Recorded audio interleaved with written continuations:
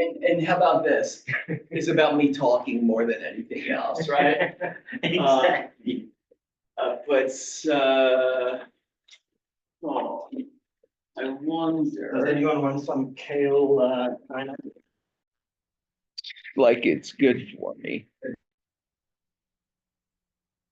I'm gonna put this over here so you guys can see the, won't, or hopefully see the board here. You don't need to see me as much as you need to see the board. So.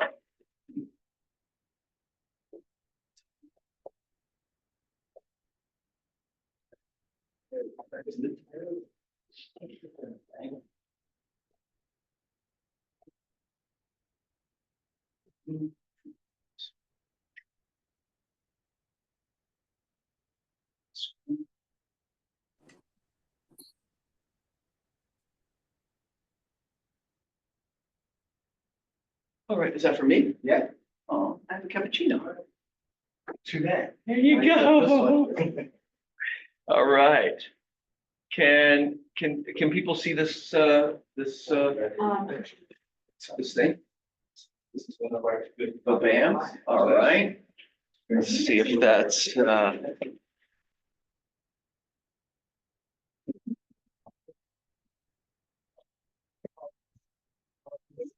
yeah, here, I was gonna put this up here.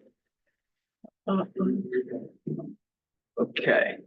And guys, the reason why I have this, yeah,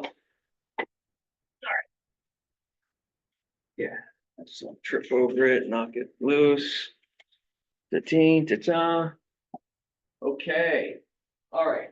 So today what we're gonna do is we're going to go through the, go through a 30-day escrow from the signing of an RPA to the closing, the transfer of property. Okay, and we're gonna look at what all of our other players are doing in this. We can even put inspections here, right?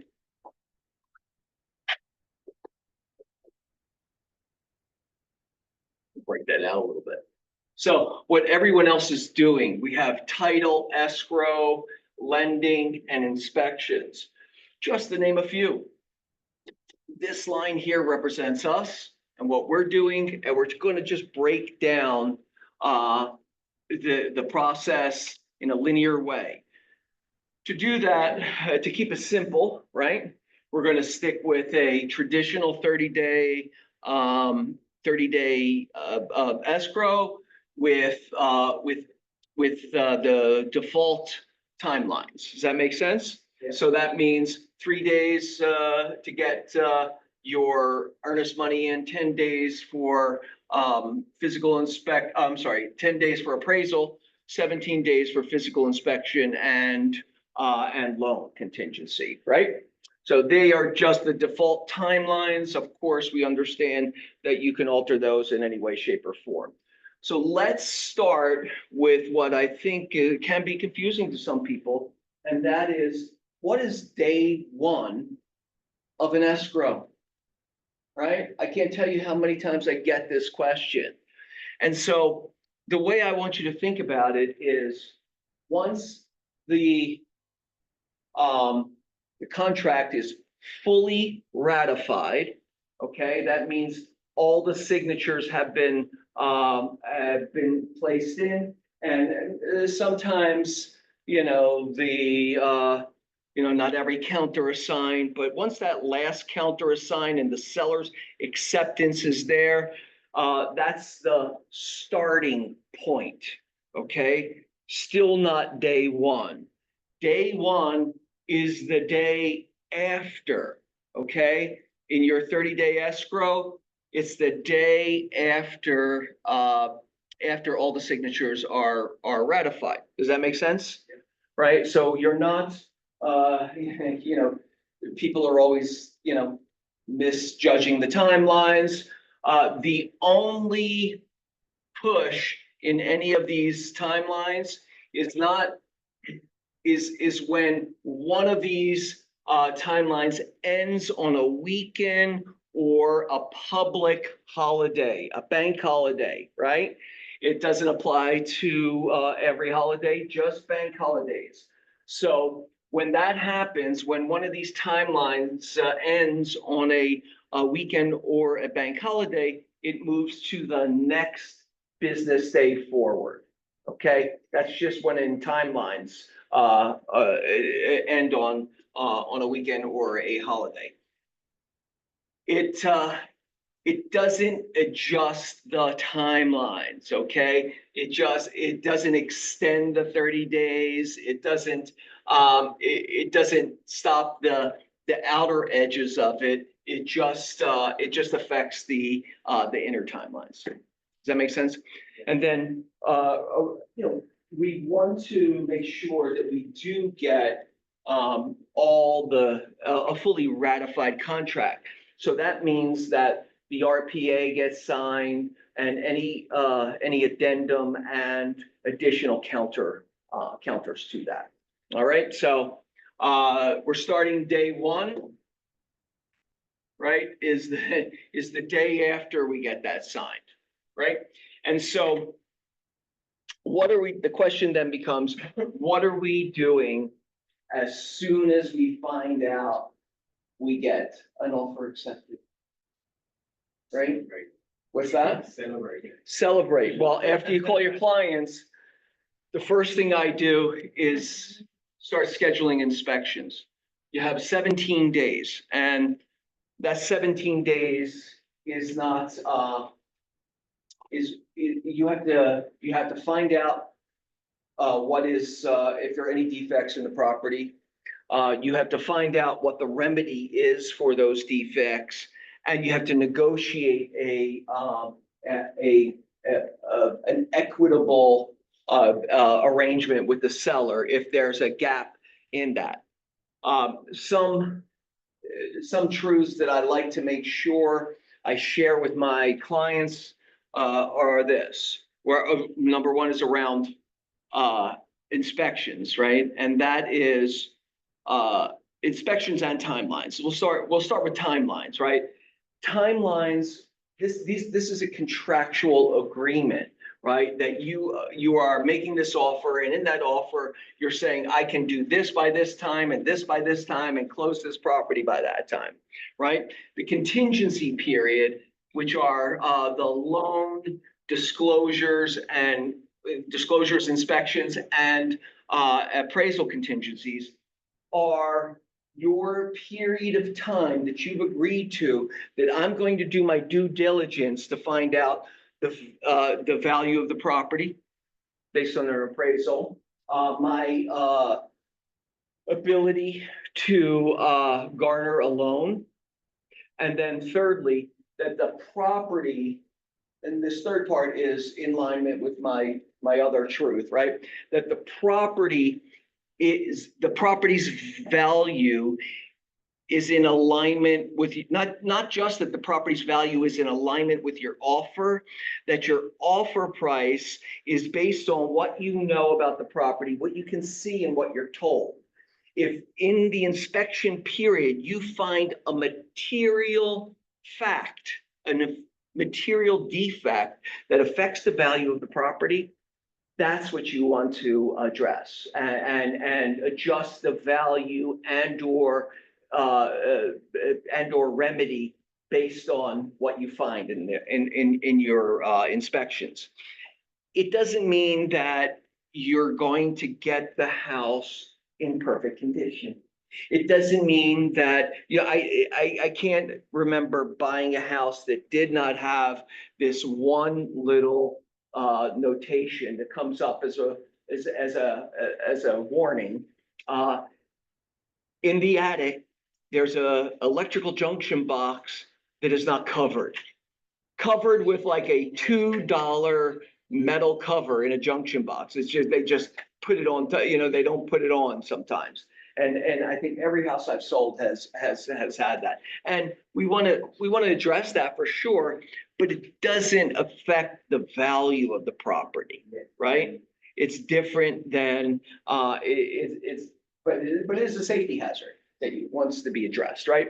So I address safety hazards and material facts, right? And we will talk about those inspections a little longer, but right now, let's just, let's go back. I just wanted to establish some things about the contract. Anybody have any questions about that? You guys got that? And Michelle, you can jump in if you have questions. Tammy, anyone, or Sue online, you can, they can ask questions. Yeah. Right? Okay. So does that make sense to you guys online too? We're gonna take a picture of this, board when we're finished. I'm sure you can't see it very well. Question. Yeah. Probably not pertaining to what you just said. Mhm. However, I heard in one of meetings with my team, noticed saying noticed. We're gonna get to that when we get to the inspections and when we get to, Yeah. you know, these What deadlines, stage, right? what stage, yeah. Absolutely, absolutely. I just wanna, you know, people are like, well, I got an escrow. What do I do now, right?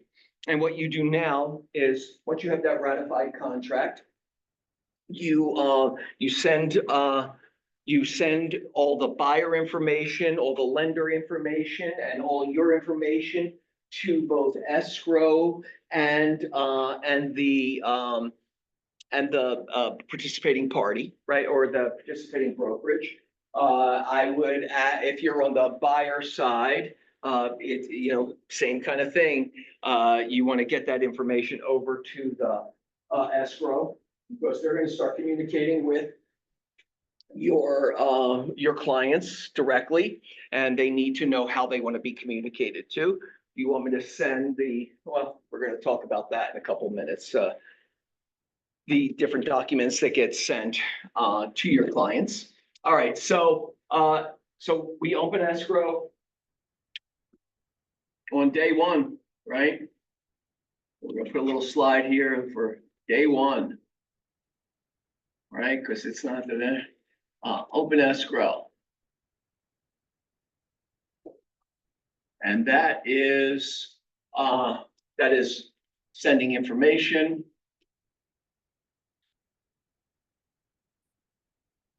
Right, from either side. That's triggers escrow to start the clock. And you will receive within this 3-day period, receive escrow instructions.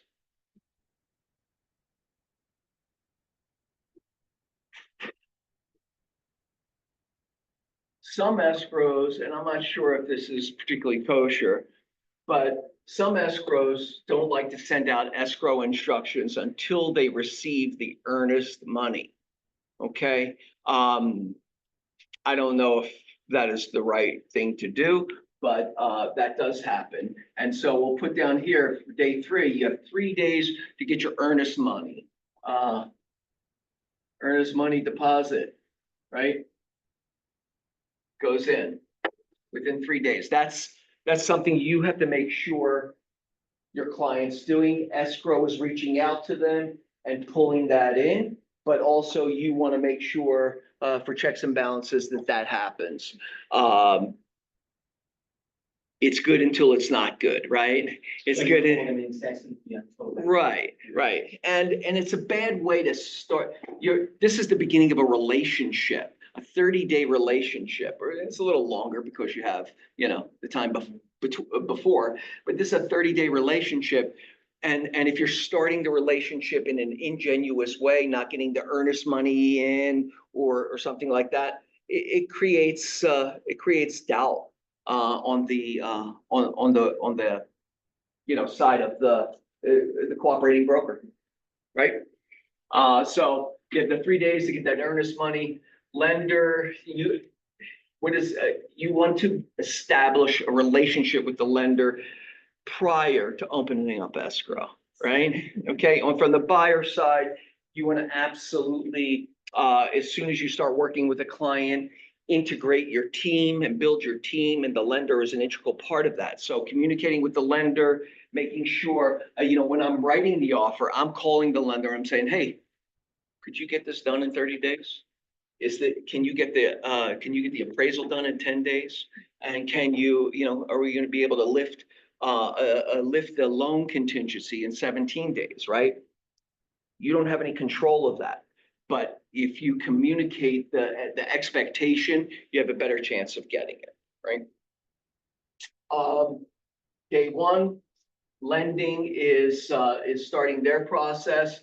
There's two people in the lending, there's two entities in the lending process that need to be underwritten, right? Your client is one, right? Does this client have the ability to service this loan, right? To pay every month? Do they have the job? Do they have the reserves? Do they have all of what's needed, down payment? And so hopefully that has been done to some extent prior. And a lot of lenders these days are pre-underwriting clients, right? They're basically, once you start working with them, they'll do a very deep dive and basically have a fairly good idea of your borrowing power. The second piece that needs to be underwritten is the property itself. And you can't really get into that until you get the RPA going, right? And so you want to make sure that the lender is, on day one or close to ordering appraisal, right? It's not your job. What's that? The lender does that. Yeah. The lender and the lender is, they don't have a choice as to the appraiser per se, right? It's a kind of a pool of appraisers that they work with that gets chosen. Hi, Joseph, how are you today? It's a pool of appraisers that they get to choose from in that process, right? And we just had an appraiser come and talk at our office, and he said, if you're going to give any kind of comps, give the comps as soon as you find out who the appraiser is.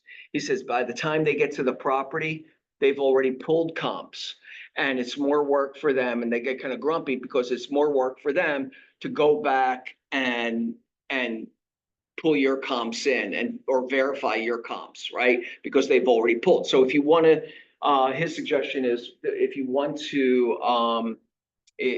to supply comps for from the buyer side or from the seller side, do that as quickly as possible, right?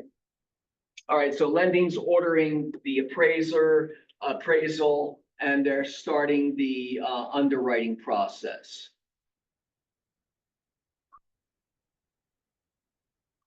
They are communicating directly with escrow, directly with your client. Okay? And this all starts on day one.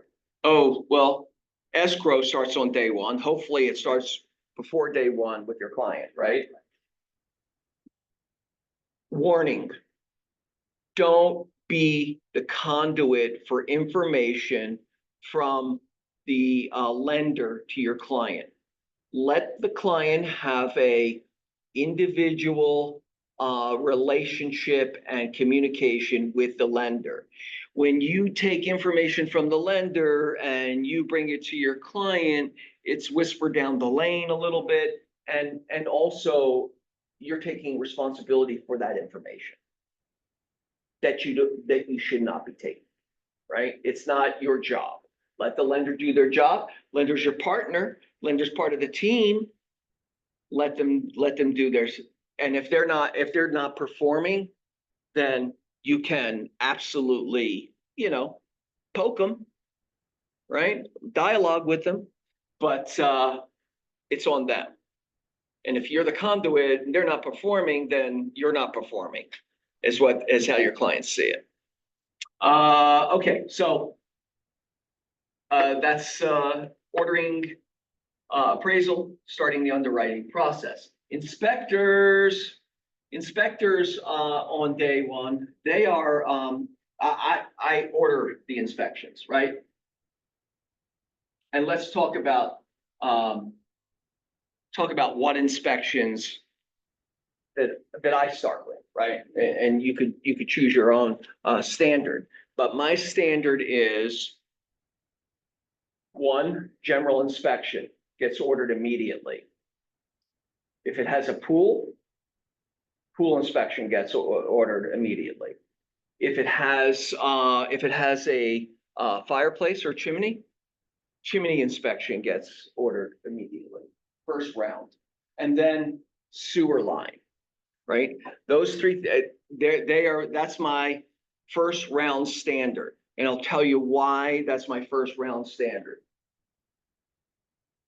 One is, the general inspection is the big bucket. They're gonna send up a red flag on any systems that are inferior or a safety hazard. And you'll get a general picture of the condition of the property, right? If you have to go in, bring in a electrician or this or that. The other three, chimney, sewer line, and pool, I bring in immediately if there's a pool or a chimney, right? Because we live in a seismic environment, okay? And those three things are the most rigid, or three of the most rigid pieces of the property. And so in seismic activity, flexible things survive and rigid things, feel the impact.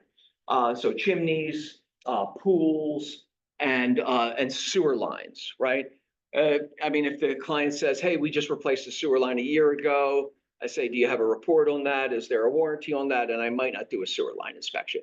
But for the most part, sewer lines are, well, PVC, if it's replaced, it's replaced with a polyvinyl material. But if it's old, it's either clay or cast iron. Both very, very rigid, both break, both get invasion of roots. That's a million problems. You just want to know. So that's my standard.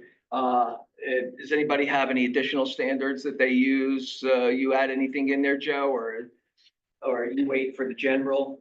Well, the reason that you mentioned those, the only thing that I have to add is just when you do general inspection, they don't usually do the sewer test for the chimney inspection and all that. That's why, your point. Right. It makes sense to do that. Most general inspectors, they don't go into detail to the camera. Not details. No, yeah. So that's why, yeah. Yeah, no, I agree. Yeah, general inspections are generalists, right? If you don't order, they don't camera scope the sewer, so they're not gonna, unless they see something on the surface, they're not going to know, right? And then with chimneys, they'll look up the chimney. They'll see if the dormer's there and it opens and stuff like that. And they'll tell you if they see light coming in, right? That's not a very good thing. And they'll tell you if they see it on the outside. What do you got, Joe? I did an inspection, full detailed inspection of the brand new construction. I found out that the sewer line was not new.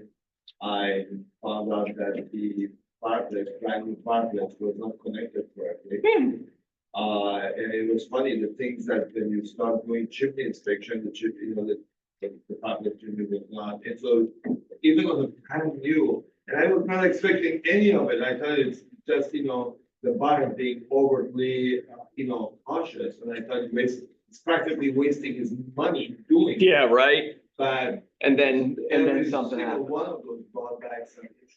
So. Yeah. Yep. It's good till it's not good, right? It's better you do the inspections and it's better you suggest the inspection. The client has the choice, right? It's like my suggestion is you do ba, ba, ba, ba, ba. You want it, there's ba, ba, ba, ba, ba, then there's, and then there's do nothing or do some, do nothing. It's your choice. These are my suggestions based on this property, right? And then when you get the information from the inspectors, So what's important here, let me tell you something, a little pro tip that people don't really get that much, and that is your 17 days is just for you to gather information. That's the seller's obligation. There's no, the request for repair is not tied to this contingency. Okay, it is so if you get all your information and it's day 17, you say, oh, well, hold on, I'm going to send you a request for repair, or, I haven't sent you the request for repair yet. You can't, contingencies doesn't matter. Your request for repair, if you want it to have teeth and some leverage, you want to bring it in before those 17 days. You want to have it negotiated before that 17-day period is over. Because the seller's in no obligation to respond to a request for repair, to give you anything at all, right? There's no obligation from the seller. So you want to get it while you still have leverage, right? You want to, so you're doing your inspections. Let's go back in here. You got, so, we received 3 days, Oh, so we order inspections. Let's not jump over ourselves. Title, prelim, oops. Preliminary title.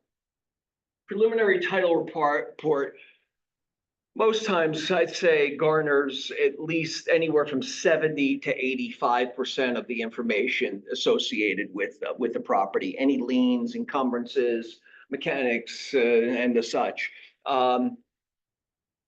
There are instances where the prelim does not show, and you don't certain encumbrances, and you find out a little late in the game, right? And that's not your bad. That's just that's the way the process is. And sometimes, and in that, there's also the people see Glenn owes me money. I did a job for Glenn. He owes me money. And they see Glenn's putting the house up for sale. Boom, they file a mechanics lien, right? What's that? Sometimes bankruptcy. Sure. Well, bankruptcy is a much bigger thing to deal with, right? The bankruptcy should come up in the prelim if the house is in bankruptcy, in part of a bankruptcy that either the owner or someone else filed. Yeah. That should come up in the prelim, but that prelim gets delivered in and around the same time. In the day 3. We'll move it over a little bit. And I would say prelim. Oh no, wait. Sorry, is usually delivered with the opening package, escrow package, right? And that opening package with the prelim will be sent to you first for you to make sure that it's all right. And what you want to look for in that opening package is, especially in the escrow instructions, most of the escrow instructions are boilerplate, but there is a section that pertains particularly to that house and more to that purchase, the RPA. The timelines are laid out in there. The dates of the timelines are laid out in there. The closing is laid out in there. You want to make sure that's all correct. All escrow does is execute on the contract. They are a non-biased representative of both parties, right? Not you, not the representing agent, seller and buyer, right? And in that, they can't change anything, any of the terms of the contract. They can't, without full ratification from both parties written, okay? They can't distribute money. They can't do anything outside the confines of this RPA. That's all they're there is to execute on the RPA. That's what escrow does. Does that make sense? All right, day three. Put that day three here. Once you review that and you give them the thumbs up, they'll send that off to your client. What I would suggest, some agents do it in many different ways. Some agents like to deliver the prelim and sit down with the client and go through the prelim and the escrow instructions. Some like to send it over to the clients and never talk about it. Some will send it over to the clients and then follow up with a call. This is a very cumbersome process for most buyers and sellers, right? And there's lots of fear around not knowing, right? And so you want to make sure that I would say that communication helps assuage fear, right? The more they know, and then there's the fine line of you don't want, not that you don't want them to know anything, but that what is too much information in the sense of just going too deep into like basically them getting this class, right? Is when I started, pretty much that's what I did when I went over the contracts with my clients. And that's okay for the right client, for the client who wants it, needs it, and it will make them feel better. You have to gauge that. But you want them to know the basics of it, and you want them to know any detail that creates exposure for them in any way, shape, or form. All right, so here we are around day three. We opened escrow. Okay, any questions around the opening process? Joe, did I forget anything? Just in the opening process. Anybody? You guys questions? Okay. Oh my, it's like a salad in a cup. All right. So we ordered inspections. Let's talk about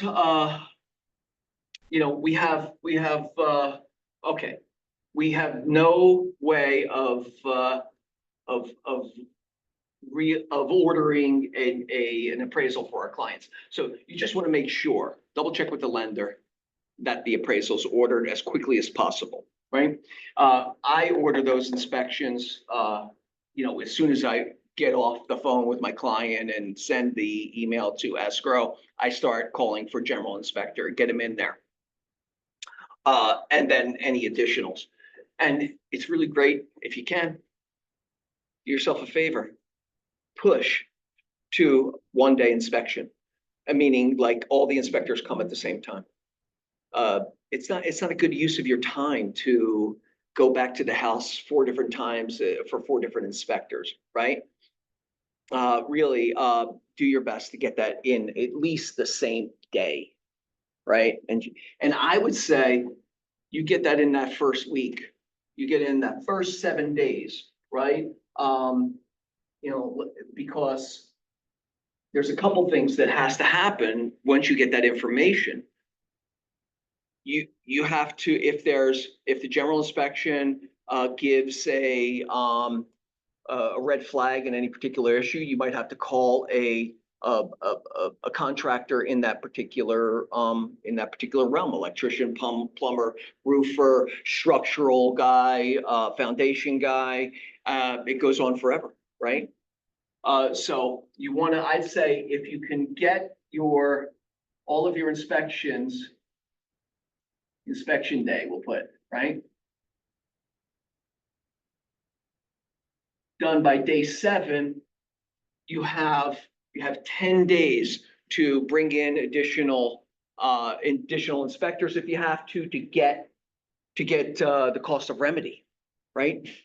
Don't get to day 17 and not having had a conversation with the listing agent about what's going on with the inspection before this day, right? You want to have everything negotiated.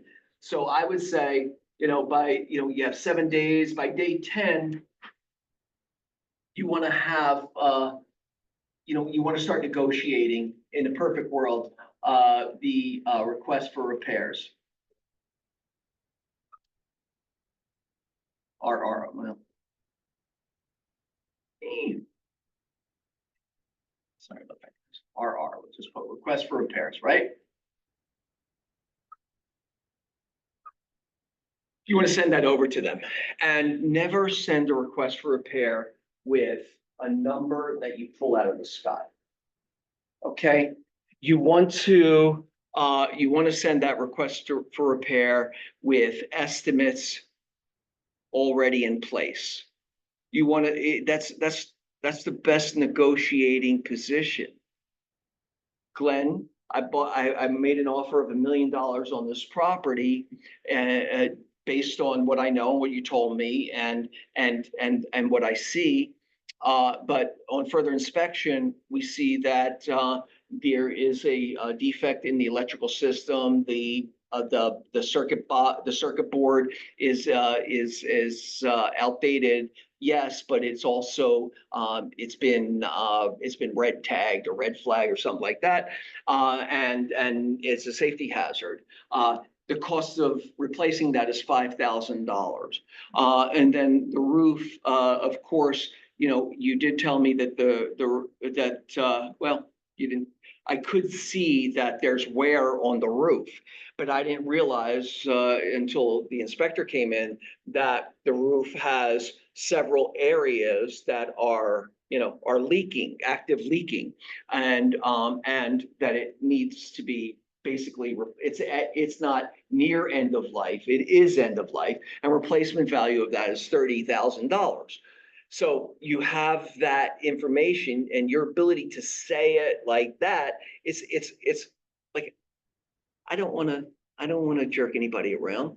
I want everybody to get what they want, right? I want the seller to get their number, but I want my buyer to receive a property that is in alignment of value to what they offered, right?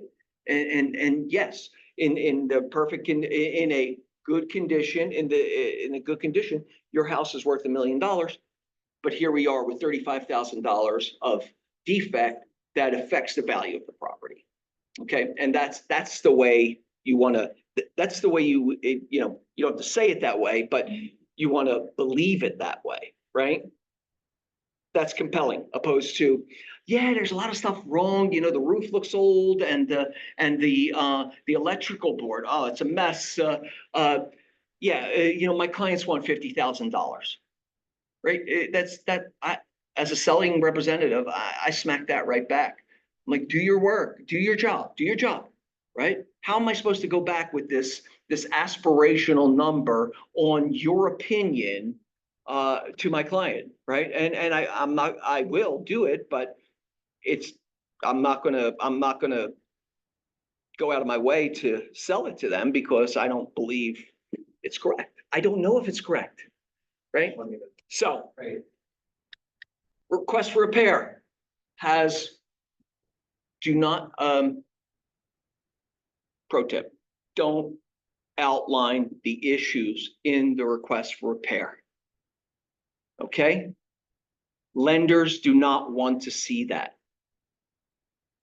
So it's just, keep it very vague in the request for repair and refer to inspections but don't get into details. Seller request, buyer request, $35,000 for repairs. Yeah, boom. And then see it, then you have attached, yeah. Right? Just because lenders get a little squirrely if they start to see that the house that they are valuing at a certain point has a misvaluation, right? You put attached, the lender will ask for the attachment. No, the lender doesn't necessarily even see the request for repair, right? But this is just this, precaution, right? Bury it a little bit, just make it more difficult for them to see, right? And, if they just happen to see it and it's like, it's all generalized, they're not, concerned as much as they see, oh, this house has a roof issue, this house has this issue, that, yeah. So, inspection, request for repair, and yet now you have 7 days to negotiate the request for repair back and forth, right? There's some artistry in that. There's some ways to, I would say most estimates are a little inflated in this situation, in the inspection process. So, if it's $35,000 and maybe it could be done for $27,000 or $30,000, right? But the truth of the matter is, it's a real defect with real costs associated with it. And I spend a lot of time on that because it's a little dark area, gray area. Here's the other thing. The contingency period is already agreed to, right? And if you need more time, it happens. It happens, and it happens honestly, right? But if you don't communicate properly to your cooperating broker or agent, they're going to not trust you. Okay, so don't wait till day 17 and say, "Oh, I couldn't get that. I couldn't get that sewer line guy out there. It's the holiday and this and that." But don't wait till day 17 to ask for more time. Ask for more. Say, start the conversation day 15, saying, "I'm having a really hard time getting this particular kind of inspector out. He says he can't come out until the date is, the day of our contingency removal. It can, I'm trying to find some other people. If you know somebody that you can recommend, that'd be really, really great. If not, we may have to ask for an extension. And again, don't wait to day 17 to ask for the inspection. That's day 15. You started that conversation. Day 16, you're like, you know what? It's really coming to roost. We really are going to need that time. Could we have a couple more days? This and that. Same thing with appraisal. Same thing with loan. Right? Don't overuse it. Use it clinically. You want to maintain the trust in that relationship because you might need something. Okay, and so title's cruising along, right? They're cruising along till around this point. After the prelim is signed, then escrow, they are involved they're collecting all of the paperwork, they're communicating with the lender, they're setting up the signature of the signing of trust documents or trust deed.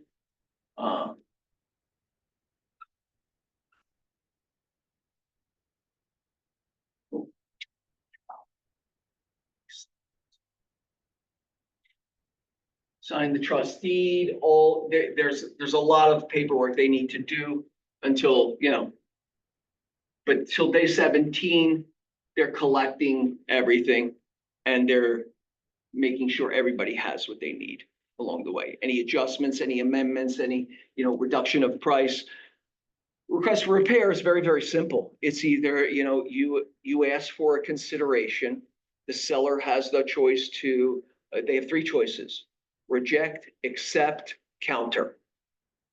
And then you have a choice: reject, accept, counter.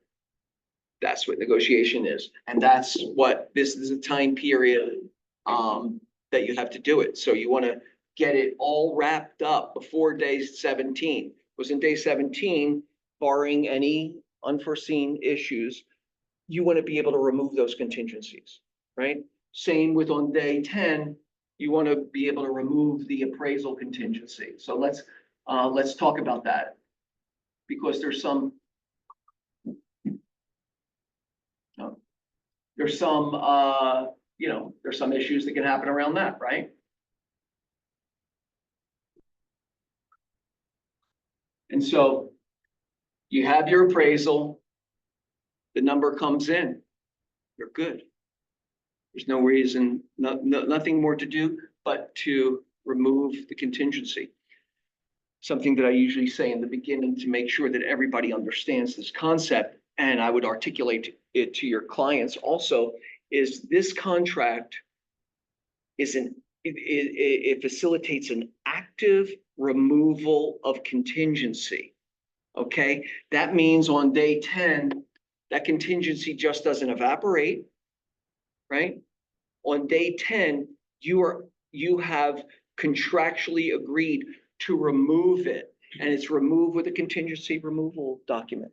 Okay, again, if you need more time, if the appraiser is, if things are, busy, everybody's on all the appraisers on vacation, they can't get anybody out there. It happens. Communicate early, okay? It's a balancing act. Don't over communicate, but communicate as early as you have to, right? And clearly, and nicely, right? Because it's a relationship. You both want the same thing, right? What happens if the the appraisal doesn't come in at the number, the sale price number? Happens sometimes. Coming lower or higher. What's that? Could come in lower or higher. Yeah. Very seldom does it come in higher. More often it comes in, the most often it comes in right on, because they're looking at the sale price, right? And they're looking at the contract price. And another pro tip for listing agents is when you are when the sale price is not the value price. The sale price is a strategy price, right? And in this particular market, in every market in the last 15 years or so, the slingshot effect or the slingshot method has been the most effective, in that you find perceived value, you pull it back from that, and the further you pull it back, the further it flies forward, right? And it's your perceived value, your educated value, not the client's expectation. That's not the sale price or the value price. So in doing so, the pro tip is, if you've had a very an aggressive pricing strategy, right? Pulled it way back and you fly way forward.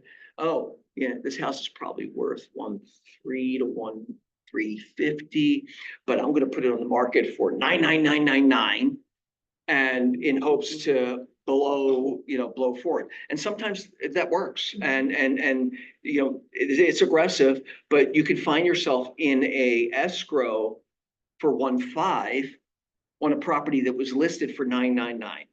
Okay, and the appraiser looks at that. Okay, so the pro tip is, when you go in, when you get that 1.55 offer, 1.5 offer, that you go in and you change the sale price in your listing. Okay, and so that when the appraiser goes in, there's not a $500,000 anomaly between the sale price and between the contract price and the listing price. And they see what it was. They can. Yeah, but they don't usually go that far. Yeah. And it's okay. It just, you moved it up, right? You moved it up, and no harm, no foul. It's harder. It helps them.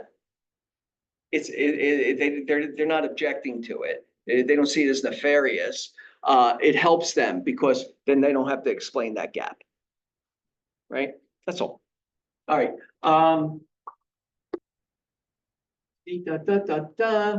Okay. So appraisal comes in short. We didn't really go down that road a little bit.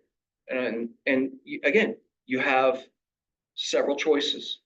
As a buyer, you have the choice to say, it's not of value, I'm dipping, right? I don't feel comfortable paying that much for this property, You have the buyer has a right. That's what this contingency period is for, right? To find out information of value, of condition, and feasibility for lending.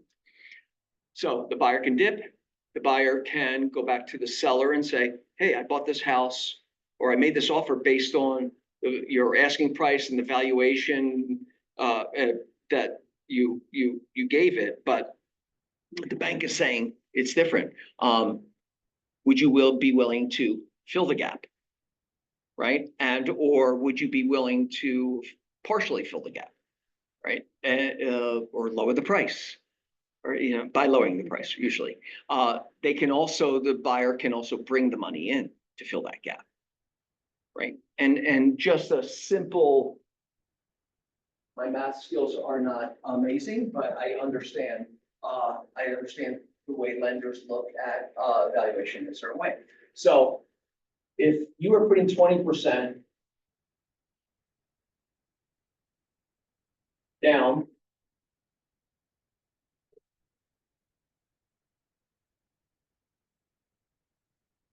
and the bank is lending 80%,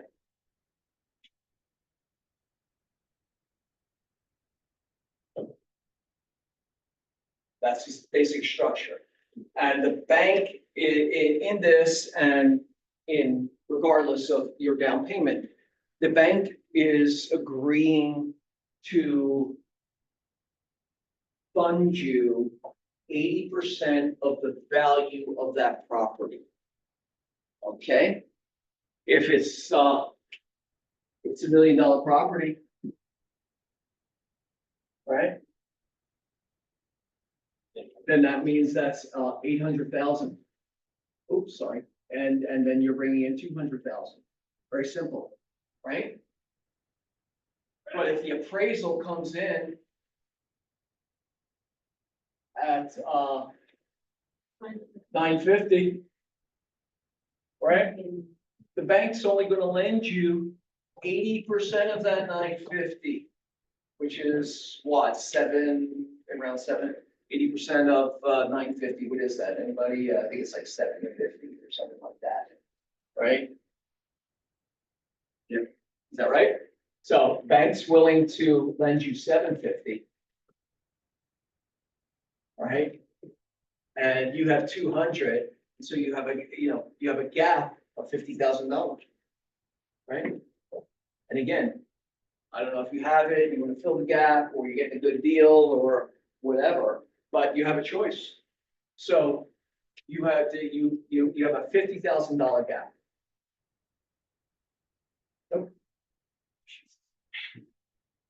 Percentage of 50K, right? You have a 50K gap.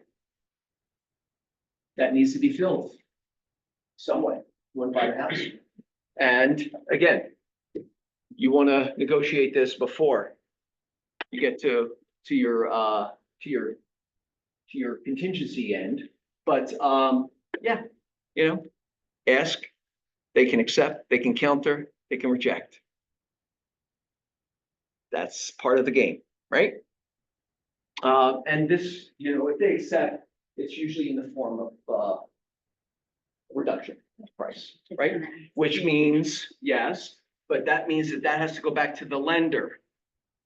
And the lender has to start their party a little bit, right? They have to restart their party. So you want to get that done in a timely manner. 10 days in is still enough time for them to adjust. You're adjusting the price point. 27 days in, you're going to extend that escrow. All right. So, hey, appraisal came in. We're in alignment. We're removing the appraisal contingency. We're up to day 10 of this escrow. And we are removing the contingency in written form. Okay. And I would say, I hope you're negotiating your request for repairs in this time period too, right? Because you have to remove that here. Again, accept, reject, counter. Any questions on the, Joey, do you like just the price adjustment versus the request for repairs? If it's just too much, and we see the estimates and it's just, good should we just question, change the number? good question. So there are options, right? Price reduction in the form of price reduction, in the form of a contribution to escrow fees, right? Non-reoccurring and reoccurring, you could do that too. But to your point, this escrow fees on $1 million property, probably 1 point for a buyer, probably about 1.8 to 2% of the sale price, right? $20,000 at the most. And if you have a $35,000 credit, some agents just, smile, oh, I got the credit, and then they see that they don't see that there's not enough to absorb that credit, and they get the 20 that the escrow fees are, and that 15 just goes back to the seller, right? Yeah. Normally buyer tells you what you want credit back to the buyer or price reduction. Right. The buyer. So for the most part, yes, of course, the buyer gets to decide. Well, once the seller says, I'll give you this much money, the buyer gets to decide, but there's limited options, right? There's basically escrow fees or reduction of price, right? Or you can do both. You say, hey, that first 20 we're going to use for escrow fees. And then everything remaining is let's do that 15 as a reduction of price. Okay. The bank doesn't want to see the buyer receiving any money directly, right? They don't want to see you getting a check at the end of closing, because that's money that they lent you. It's part of the 80% that they lend you. All right. So they don't like that too much. Inspectors, right? So we do inspection day, and then what else? And then additional inspections, and that day 10 we should be starting to negotiate inspection repairs, and then by day 17 it's remove inspection.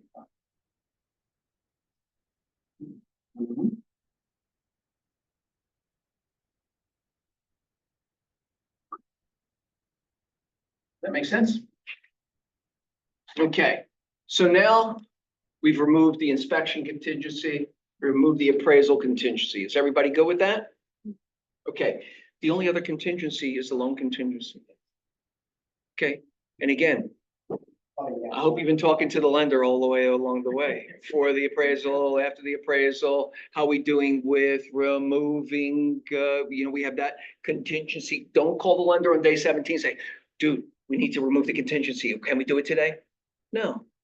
Day 15, day 13, day 10, you're checking in with the process. Did the borrower get you everything you need? Where is it in underwriting? Just friendly, right? Not that don't forget, this is part of your team. Whether you choose them or don't choose them, the lender is part of your team to get the singular objective completed. So on day 15, the lender's like, yeah, by day 17 we'll have clearance, right? And clearance means client is underwritten, property is underwritten. We have the appraisal, we've applied the appraisal, value comes in. The borrower has the ability, we have all of their documentation. And hopefully by day 17, you get the go-ahead from lending, okay? It's not your choice to remove it. It's your client can, of course, because they're contractually obligated. But I always look to the lender for the final go-ahead on removal of loan contingency. Okay, That's day 17. day 17. Whether either the appraisal came in short, this, that, the other thing, boom. Again, if you need more time, ask for more time in a respectful, timely manner. Stuff happens. The whole written request for it. Absolute. Oh, Glenn, absolutely. Right? That, oh, we talked on the phone and, he said 2 more days. I don't worry about the request for repair. These documents are there to help you, right? And if you need more time, an extension of time is just another document, right? Ask for it, have it, because people say stuff and then they change their mind. The document is the document, right? And something we should talk about in this, because those timelines, yes, we want to get it removed when we say but also there are some times where it last minute something happens, it get fudged, and timelines get extended, and sometimes, again, you want to take every precaution to communicate so you're not creating distrust, but shit happens, right? And so the vehicle the seller has to keep everyone on the timelines is notice to perform. Notice to perform. People get really weird about notice to performs. Like some agents are like, oh, I don't want to upset anybody or create any kind of bad blood. It's like the notice to perform is not that. If you're working from the buyer side, the notice to perform is we're working from either side. The notice to perform is sort of a gift for you to keep the train on the tracks, the timelines. You get clients who are lazy. You get participating brokers who are lazy, and again, no judgment even, just saying we need to keep the train on the tracks. This is the timeline. And whether you're doing it from the buyer or seller side, notice to perform on any particular contractual item is okay, right? Don't think about it as like a bad thing. Oh, I'm going to send you a notice to perform. No, you send the notice to perform. If I'm a seller representative and I have a listing that got 25 offers and I have 25 people who were rejected, and I have one person who got it, I want them to get through it as quickly as possible. I want to get through it the way that they proposed in the RPA. Okay. And so if I have 24 people banging and calling me saying, hey, is that deal staying together? Is there any way we can get it? I want to keep them on a very, very tight timeline, right? And so day 10 is appraisal. You can give the notice to perform, since it's a 72-hour notice to perform, up to 3 days before this.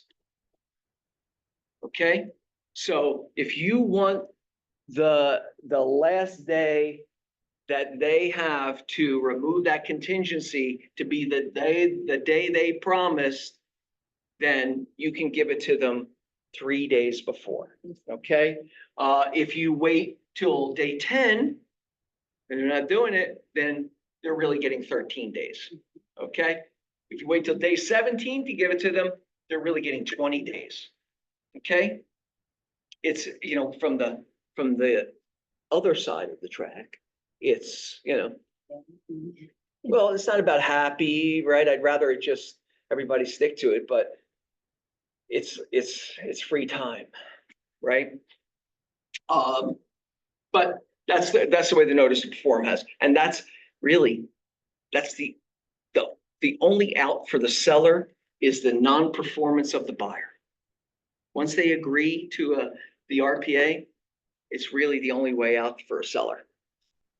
That's pretty locked down for the seller. Buyer has a lot of outs because they're doing their discovery, right? But sellers really don't have any outs other than the buyer not performing. So if you wanna get to that backup offer, who's chomping at the bit, right? And then you keep on a tight one. Could you ask a seller's agent if they would send you a notice to perform? Because your buyer is performing To the time, absolutely. Yeah, absolutely. Like I said, it's a gift in a way, right? What I say to an agent that I'm working with on the other side, hey, my buyer's a little gamey.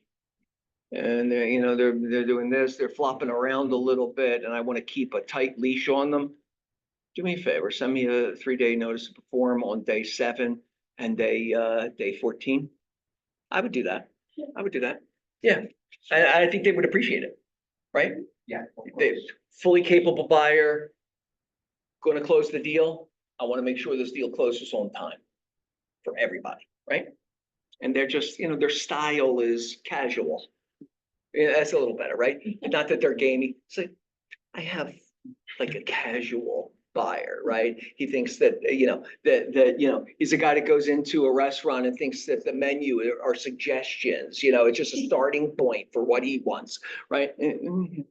Plenty of that. Yep. All right. We are at day 17. We've done our inspections.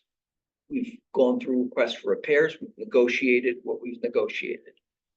We've gotten our appraisal, and the appraisals come in on time and on price, and we're good. And we have the thumbs up from the lender. So we're going to remove the inspection and loan contingency.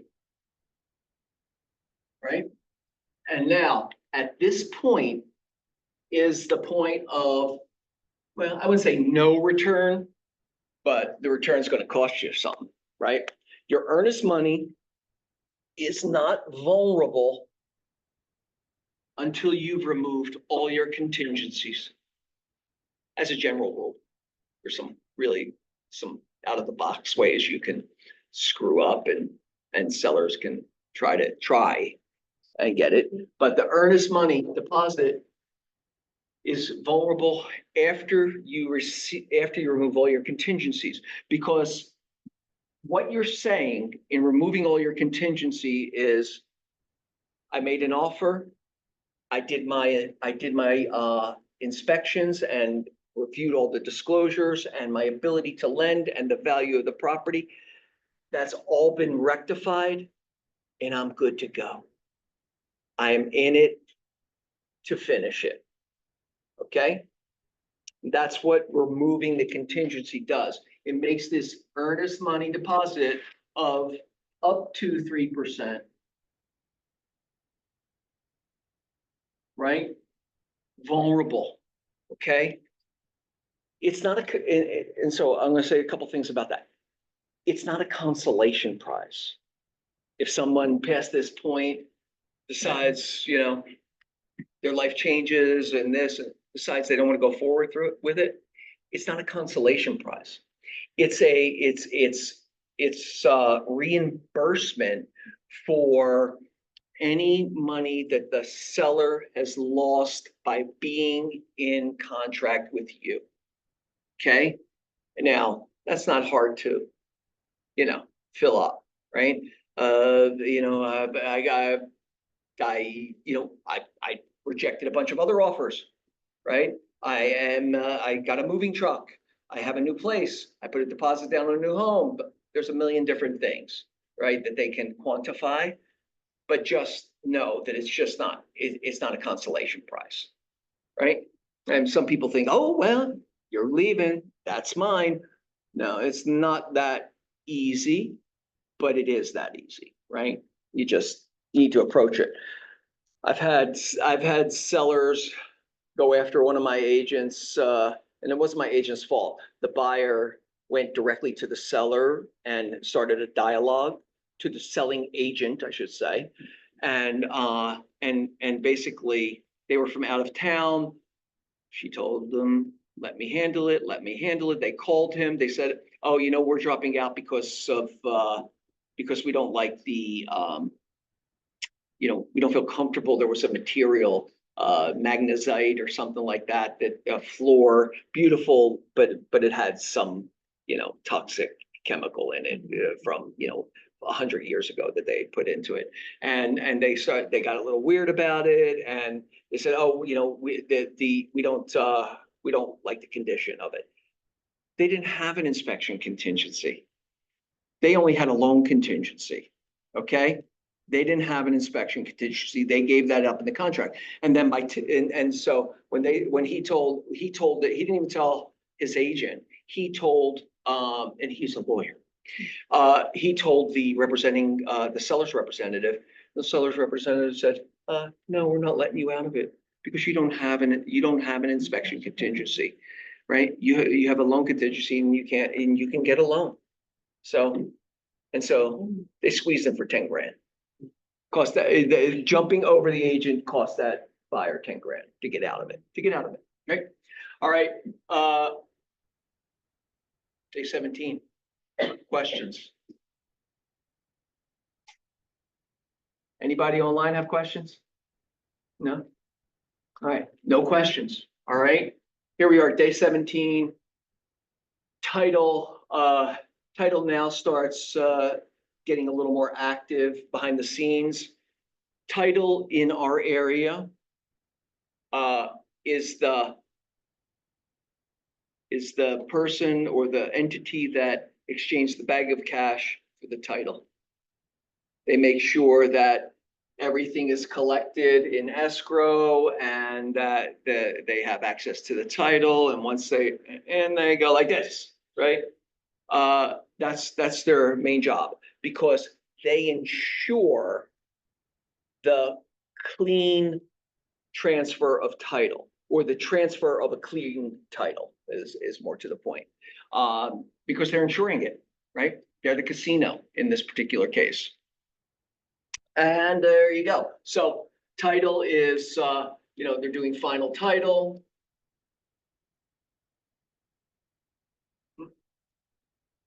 Oh gosh.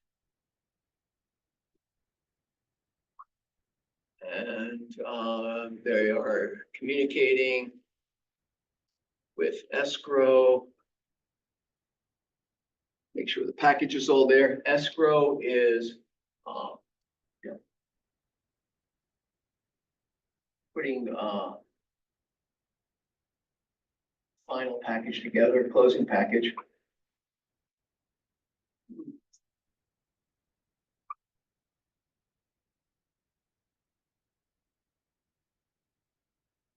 Lending is, communicating with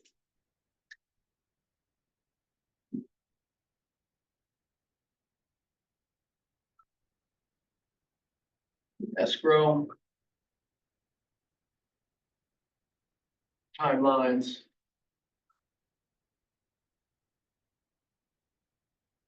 And so I say for the sake of, this is not absolute, but for the sake of this conversation, let's say on day 25,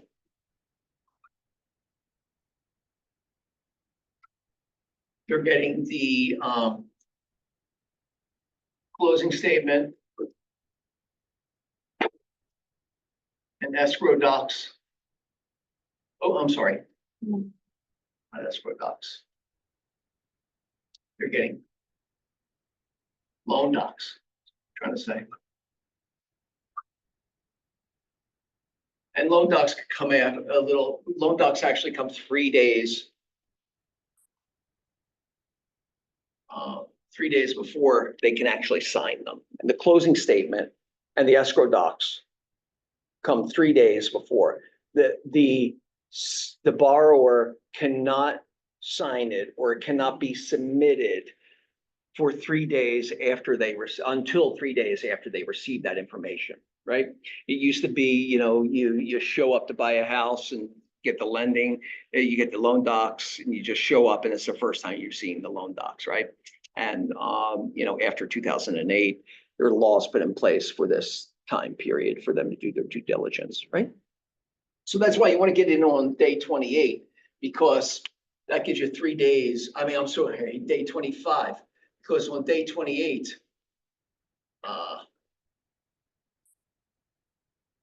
you want to start setting up the close, right? You want to be receiving the, cash from lender and cash from borrower or buyer, including closing cost. So in this closing statement is the cost of escrow, right? And they get to see it all. And so they have to bring all of those monies into, let's say by day 28, because that gives you, it's day 28, day 29, title and escrow.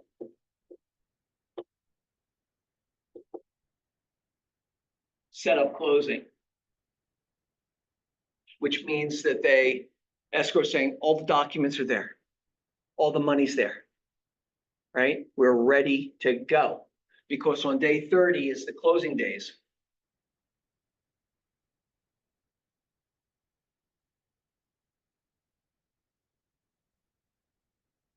Day 30 is the day that title makes that transfer of monies into the seller's account and distribution. Escrow does all of the distribution, but title gets the money to escrow. Does that make sense? And the property is not owned by the new buyer until that transfer of ownership happens at the city, right? And that's day 30. That's the closing. Your property is closed, not when it's funded, but when it's recorded. Okay? All right, questions? I think I got everything. Sure. Well, it's about it's about kind of understanding the linear nature of it all, and everybody's doing something during it. It's like, oh, what does title do? And it's not your job to micromanage. Is you want to be able to feel confident that everybody's doing, that title's doing what they're supposed to be doing, escrow is supposed to be doing, lending, inspecting.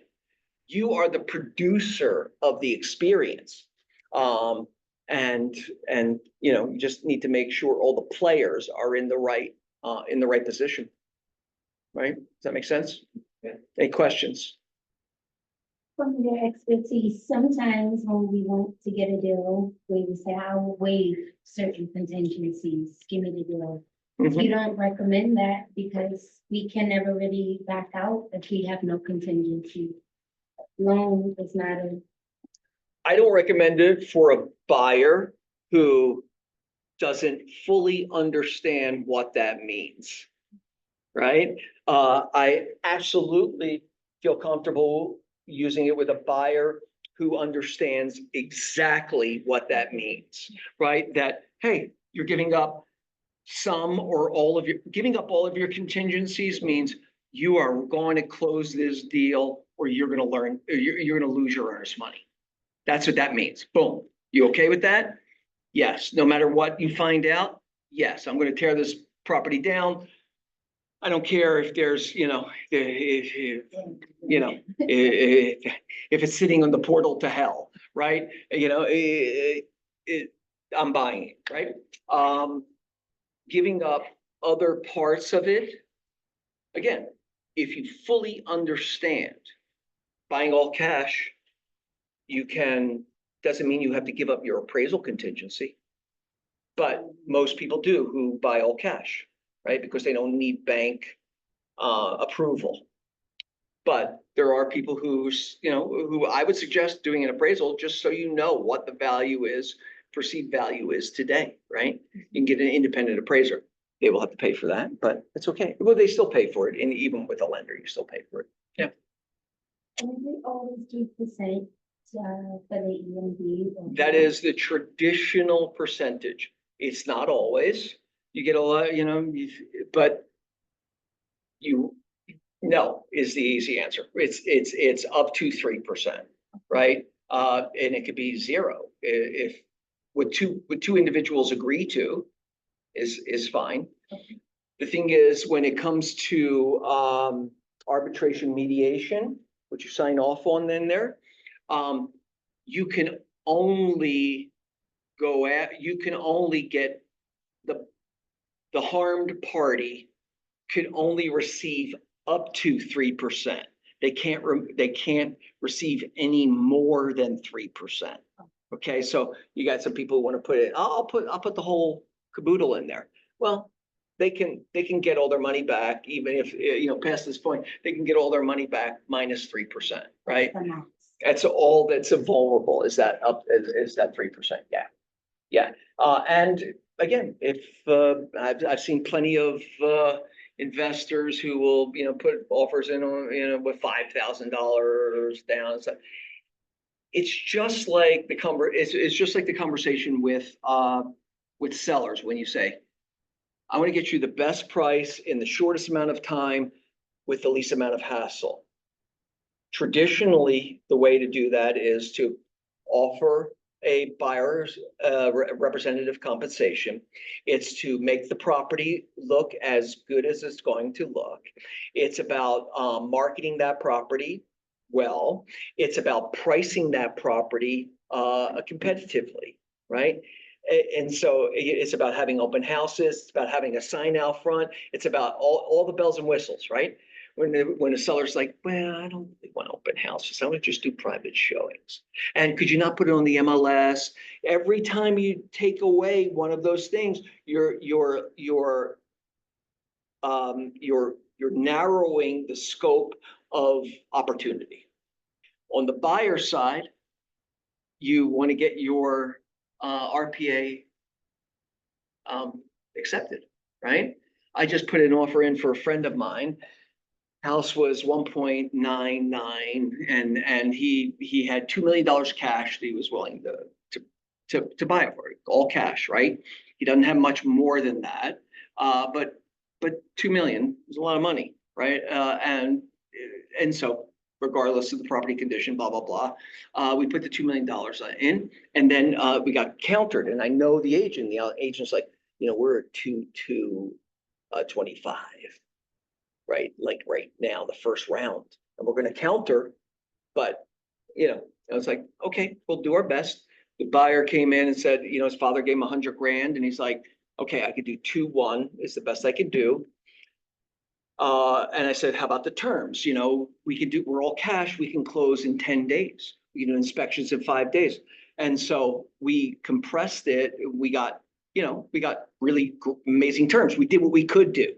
Right? He didn't have any more money to put in, but do you have terms that we can play with? So you use every tool you can, right? When a buyer is like, well, I want you to put, I'll give you, 3% on their asking price, and I'm asking you to put, pay for my closing cost, and it's narrowing the effectiveness of the offer. Oh, I'm on all cash offer. I love this one. All cash offer. My proof of fund. I can't get my proof of funds together. Okay. Well, it's kind of catfishy, right? It's like, yeah, anybody can say they'll pay, 2.5 for the property, all cash. I'm 2.5 all cash. 10 days, right? But you gotta, it's not a compelling offer without proof of funds. That makes sense? Anybody else? What did they say? John would like to know if we're doing the class. Joan, how you doing, Joan? I just finished the class, Joan, so I don't know, I'm happy to do it. No, I have been listening, but I came in late. So I just Sure. want to know if there's going to be another class similar or a recording, please. There's a recording, right? There's a recording. Okay, perfect, perfect. Yeah, Thank you so and much. It's my pleasure. I'm happy to teach it again. It's just, got to finish this one. Okay. All right. I've Think about been here. Yeah, thank you so much. It was great. Thank you. Thank you, Joan. Any other questions, you guys? Anybody? Was that good? All right, my pleasure. Woo-hoo! Bravo. 129.